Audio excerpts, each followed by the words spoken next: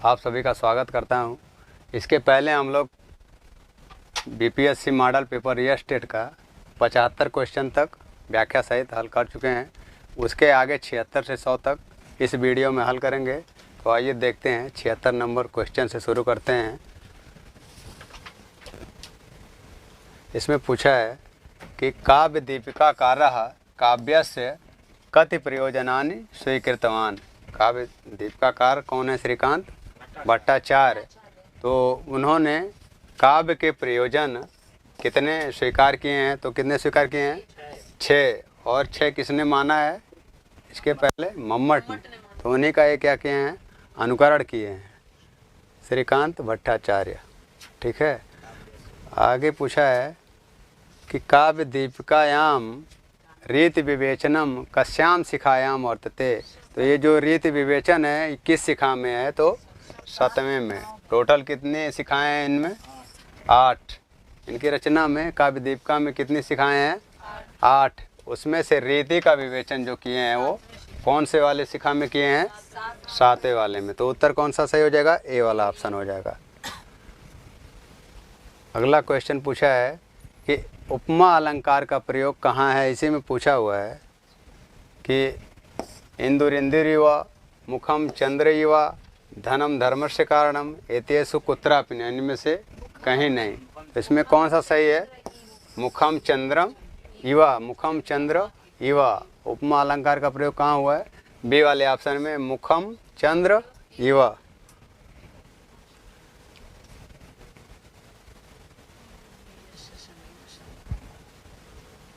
आगे पूछा है उपमेयस्य समेन संभावनम उत्कोटिक संशय वा कस्मिन् अलंकारे भवति। तो यहाँ पे देखिए दिया हुआ है ना, एक क्या दिया हुआ है? संभावना अथवा उत्प्रेक्षा, इसका परिभाषा वहाँ पे दिया हुआ है।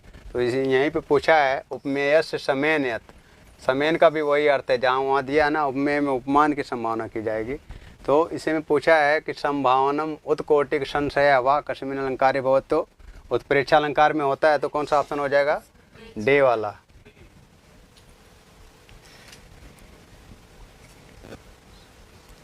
आगे इसमें पूछा है कि उपमेयोपमानयो बिंब प्रतिबिंब भावः कस्मिन् अलंकारे प्रस्तूयते। तो किस अलंकार में हो जाता है ये? यहाँ दृष्टांत वाले में। बिंब प्रतिबिंब भावः कस्मिन् अलंकारे प्रस्तूयते, दृष्टांत अलंकार में। अगला है 81 नंबर पे दिया है कि कारण के बिना कार्य के होने का वर्णन होने पर कौन सा अलंकार होता है? तो कौन सा हो जाएगा? विभावना। कौन सा हो जाएगा? विभावना। फिर इसके ठीक विपरीत इसकी एक परिभाषा दी हुई है। वहाँ पे वहाँ कार्य रहते हुए भी क्या होता है? कार्य के बिना भी होता है। तो इसका विपरीत है वो कौन सा है? ये विशेषोक्ति। इसका उल्टा कौन सा हो जाएगा? विशेषोक्ति। लेकिन यहाँ पे कौन सा सही है आपका? विभावना। यहाँ पूछा है कारण के बिना कार्य के होने का वर्णन किस अलंकार में है? विभावना में है।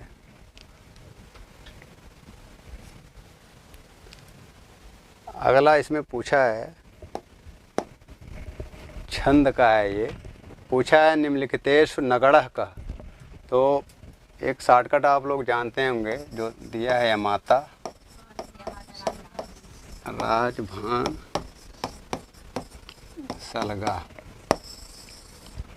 तो इसे में आप मिलाएंगे नगढ़ जो ये है। वैसे गण कितने हैं टोटल? 8। तो इसमें पूछ रहा है ये जो नगढ़ है इसका चिन्ह कौन सा है? तो इसका चिन्ह आप यहाँ देखिए ना, नस्ल दिया हुआ है ना। तो कौन सा सही हो जाएगा इसका? यानी तीनों क्या होता है? ह्रस्व होता है इसका। हाँ, तो दीर्घ वाला कौन सा? तीनों दीर्घ वाला हो जाएगा। तो ये कौन सा हो जाएगा? मगढ़। मातारा तो है, यहाँ मातारा है लेकिन मगढ़ है। गढ़ कौन सा है? मगढ़ है। तो ये ध्यान रखिएगा, नगढ़ पूछा तो तीनों सिंगल है, ह्रस्व है। और मगढ़ जब पूछ लेगा तो तीनों दीर्घ वाला हो जाएगा। गण कितने होते हैं वैसे छंद में? 8 होते हैं। इसमें पूछा है कि ये जो तौ जगौगह दिया हुआ है लक्षणमस्त किस छंद का लक्षण है? तो पढ़ेंगे जब आप छंद के लक्षण में। तो स्याद इंद्र वज्र यदि तो जगौग, स्याद इंद्र वज्र यदि तो जगौग, तो ये किसका लक्षण है? इंद्र वज्र का। बाकी शार्दूल विक्रीडित का भी आगे दिया हुआ है, इसका अभी हम वहाँ छंद बता देंगे, अभी बता देंगे, आगे आगे भी क्वेश्चन है इसी में।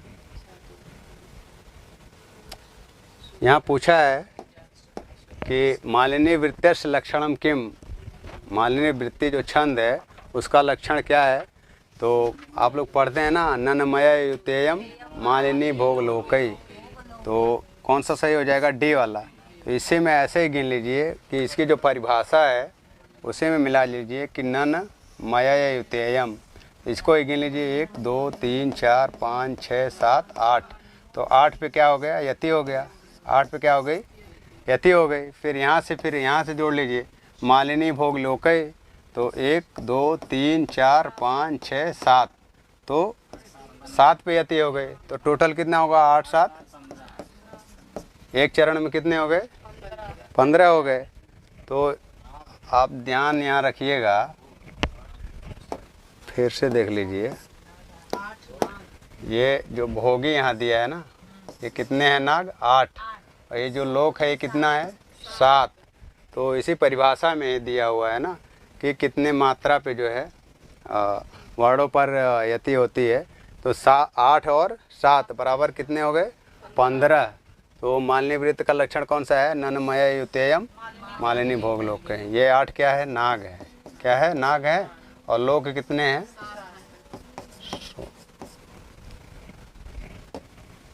इसके आगे वाला क्वेश्चन देखते हैं। हाँ, यहाँ पे पूछा है कि जतौ तु वंशस्थ मुदीरितम जरौ, यह लक्षण है, तो यहाँ किसका लक्षण है? वंशस्थ का। इसका तो पढ़ लिया स्याद इंद्र वज्र, इसी का 11 11, इसमें कितना होता है? 11 11 गुणे 4 कितना हो जाएगा? 44। इसका भी कितना हो जाएगा? 11 44, और इसमें हो जाएगा, और इसमें कितना हो जाएगा? जतौ तु वंशस्थ मुदीरितम, तो 16 8 7 15, जतो 12 12 दूनी 12 चौक 48, तो इसका कितना हो जाएगा? 12 गुणे 4। अब मालिनी का हो जाएगा 8 7 15, तो 15 गुणे 4 कितने हो जाएंगे? और 60। तो ये किसका लक्षण है? वंशस्थ का। और आप लोग ध्यान रखिएगा कि जो बृहत्त्रयी रचना है ना, किसुन जो हम शॉर्टकट बताए थे, किराता अर्जुनीयम, शिषपाल बधम और नैषधि चरितम, इसके मतलब मंगलाचरण में जो छंद है वो कौन सा है? तीनों में वंशस्थ छंद है, और तीनों वस्तु निर्देशात्मक मंगलाचरण है।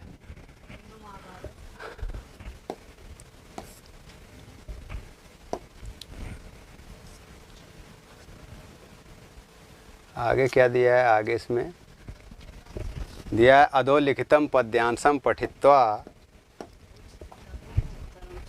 प्रश्नानाम, यानी 86 से लेकर 95 तक विकल्पात्मक उत्तरेभ्य उचिततमम उत्तरम चित्वा लिखत। तो इसमें दिया है पद्य के रूप में कि न चौरहार्यम न च राजहार्यम न भातृभाज्यम न च भारिकारी व्यय कृते वर्धते एव नित्यम और विद्या धनम सर्व धनम प्रधानम।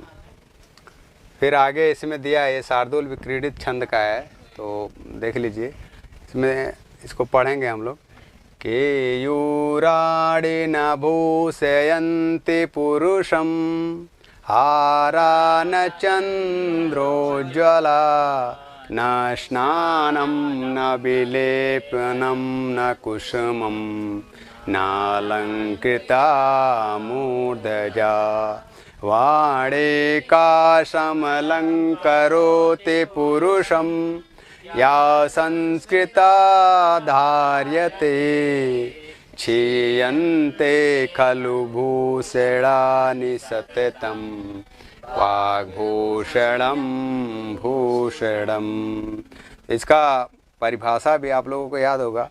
सूर्यास्वैर्मश्जाततः स गुरवः शार्दूल विक्रीडितम। तो इसमें शार्दूल विक्रीडित छंद में कितने प्रयत्ति होती है? 12 और 7 वर्णों पे। तो 12 7 टोटल कितना होता है? 19। और 19 गुणे 4 तो कितना हो जाएगा? 84। टोटल कितने वर्ड हो जाएंगे? 19 चौक 76, 19 चौक 76, सॉरी, हाँ वो 21 चौक 84 इसके धरा छंद का है। तो इसमें शार्दूल विक्रीडित में टोटल कितने वर्ड हो जाएंगे? 19 चौक के 76। तो इसी में देखिए आगे दिया हुआ है, इसका प्रश्नोत्तरी करना है।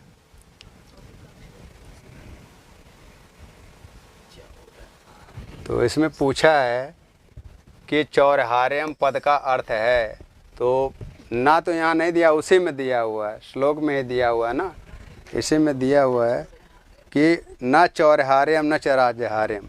तो लेकिन यहाँ पे पूछा है कि चौरहार्यम पद का अर्थ है क्या?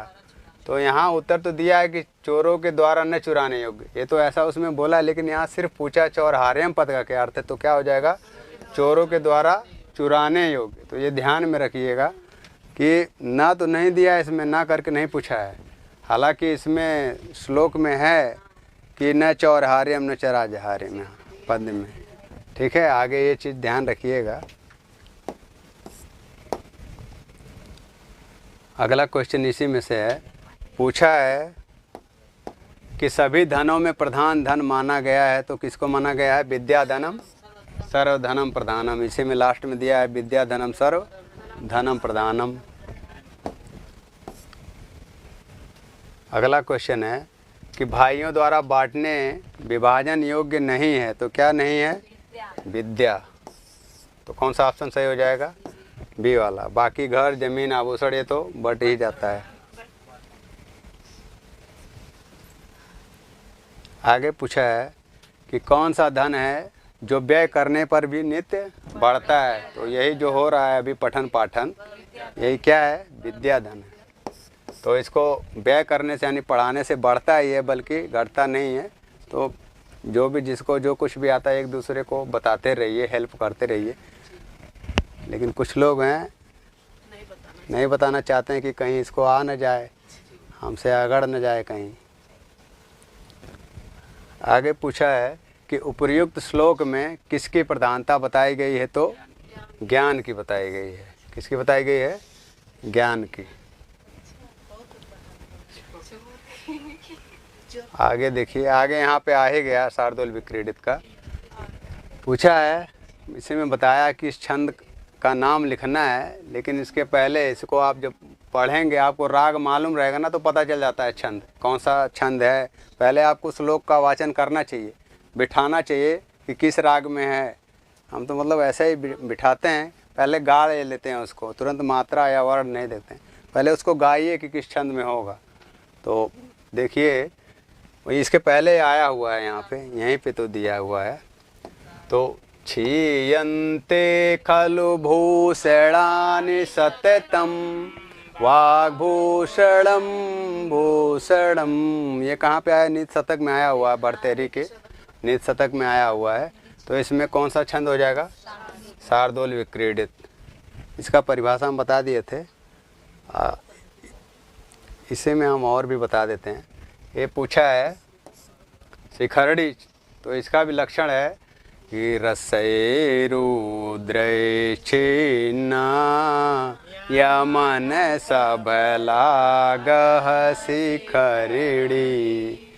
रसै रुद्रै छिन्ना यमन सब लागह शिखरिणी। तो जो इसमें रसई कह रहे हैं हम, वो रस से तात्पर्य क्या है? कितने हैं? 6। और रुद्र कितने हैं? 11। तो यति कहाँ पे होगी? 6 वर्ड पे और 11 पे। टोटल कितना हुआ? 11 6 17। तो 17 चौके 68। टोटल वर्ड कितने हो गए? 68। ये किस में हो गया? शिखरड़ी वाले में। और शार्दूल विक्रीडित में तो बता दिए 19 है, 19 चौक 76। इसमें कितने पे यति थी? 12 और 7 वर्ण। फिर आगे है, इसका परिभाषा है, उक्ता बसंत तिलका तब जा जगौगा उक्ता बसंत तिलका तब जा जगौग। तो इसमें कितने वर्ड होते हैं? 14। कितना होते हैं? 14। तो 14 चौके 56 वर्ड हो गए टोटल।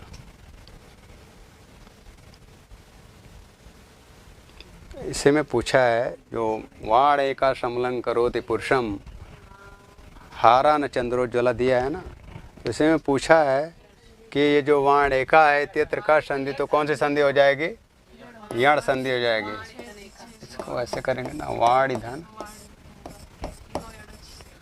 एका, तो क्या हो गया है? वाण एका। ये को क्या हो गया है? या हो गया है। वाणी प्लस एका, वाण एका। आगे है, आगे इसमें पूछा है कि केयूराण इत्यस्य किम लिंगम। तो इसका रूप चलता है केयूरम केयूरे क्यूराण, केयूरम क्यूरे केयूराण। तो ये किस में है? नित्य नपुंसक लिंग में है केयूराण शब्द। ठीक है।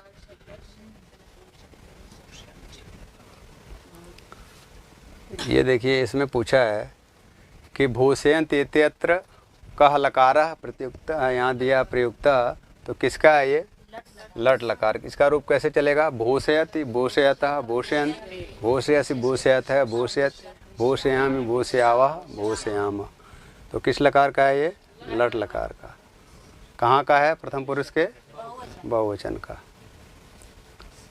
आगे यहाँ देखिए, आगे दिया है स्नानम इत्यत्र कह प्रत्यय अस्ति। तो स्नानम में कौन सा प्रत्यय है? ल्युट प्रत्यय है। दर्शनम में कौन सा प्रत्यय हो जाएगा? दर्शनम। दृश्य धातु से ल्युट प्रत्यय लगाएंगे तो क्या हो जाएगा? दर्शनम हो जाएगा। इसमें भी क्या है? हाँ, स्ना है, स्नान करने के अर्थ में। हाँ, यहाँ आगे दिया है अधोलिखितम गद्यांशम पठित्वा, अधोलिखित गद्य को पढ़ करके प्रश्नानाम विकल्पात्मकोत्तरेभ्य उचिततमम उत्तरम चित्वा लिखत। तो इस गद्य को पढ़ना है और इसके प्रश्नों को क्या है? इसके प्रश्नों का उत्तर देना है, इसी में से देना है, इसी गद्य खंड का में से देना है। तो देखते हैं इसका, यहाँ तक दिया है। इसमें दिया है अस्माकं देश भारतवर्षम इति कथ्यते, प्राचीन कालात् अस्य देशस्य प्राकृतिकी समृद्धि साहित्यिकं योगदानं सांस्कृतिकं वैभवं च आश्चर्यकराणि बभूव। अत्रैव वेदानाम् आविर्भावः सप्तसिन्धु प्रदेशे जातः, यत्र भौतिकम् आध्यात्मिकं च चिन्तनम् अद्भुतम् आसीत्। उत्तर भारते महाकाव्यानां पुराणानां शास्त्राणां च व्यापकता दक्षिण देश भागम अपि स्वप्रकाशे आनयत्। तत्रापि शिलप्पादिकरणं प्रभूतयः ग्रन्थाः प्राचीनकालतः एव तमिल साहित्यस्य गौरवं वर्धितवन्तः। संपूर्णस्य भारतस्य सांस्कृते एकत्वे पुराणानां योगदानम् अविस्मरणीयम्। इदानीं भारतस्य जने जने धर्मस्थलानां तीर्थयात्रार्थं यो अभिनिवेशः दृश्यते स नूनं पुराण साहित्यकृतं। दक्षिणस्य निवासी बद्री केदार यात्रां करोति, उत्तरस्य निवासी रामेश्वरम कन्याकुमारी तीर्थं च गन्तुम् इच्छति। एवमेव द्वारिका कामाख्यादिषु स्थलेषु गच्छन्ति तीर्थयात्रिकाः। तो इसी में आपको क्या देखना है? इसी में हमको इसका प्रश्नों का विकल्पात्मक उत्तर देना है। तो देखिए इसमें दिया है, पहला क्वेश्चन इसका क्या है? इसमें यानी 96वां कौन सा है? इसमें पूछा है कि वेदानाम आविर्भावः कस्मिन् प्रदेशो जाता है। तो सप्त सिंधु प्रदेश है, वहाँ गद्य में दिया था सप्त सिंधु प्रदेश है। फिर 97 पे क्या दिया है? अत्रैव वेदानाम आविर्भावः सप्त सिंधु प्रदेशे जाता है इत्यत्र अव्यय पदम वर्तते। तो अव्यय पद कौन सा इसमें हो जाएगा? यहाँ है अत्र और एव, दोनों इसमें दिया हुआ अत्रैव में। तो अत्र और एव, तो इसमें क्या हो जाएगा? सही, एक से अधिक हो जाएगा इसमें। अगला 98 पे दिया है कि शिलप्पाधिकारम इति कस्याः भाषायाः महाकाव्यम, तो उसी में पढ़ रहे थे तो क्या दिया था, तमिल भाषायाः। आगे दिया है कि दक्षिणस्य निवासी यात्राम करोति, तो कौन सा हो जाएगा, बद्री केदार यात्राम हो जाएगा। अगला दिया है 100वां और लास्ट क्वेश्चन है ये, यहाँ पूछ लिया, उसी में दिया था ना अत्रैव, तो उसी में पूछा है, यहीं पे देखिए दिया हुआ है कि अत्रैव वेदा नाम आविर्भावः, तो इसी से पूछा है कि अत्रैव जो शब्द दिया, पद दिया, इस पद में इति पदे संधि वर्तते, इस पद में कौन सी संधि है, तो कौन सी संधि हो जाएगी, वृद्धि। इसका विग्रह करेंगे, संधि विग्रह, तो अत्र प्लस क्या हो जाएगा, अत्रैव।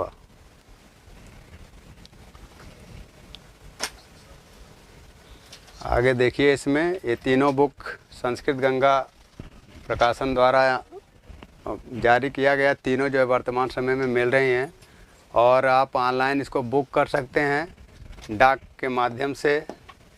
ये नंबर यहाँ दिया हुआ है, इससे आप संपर्क कर सकते हैं।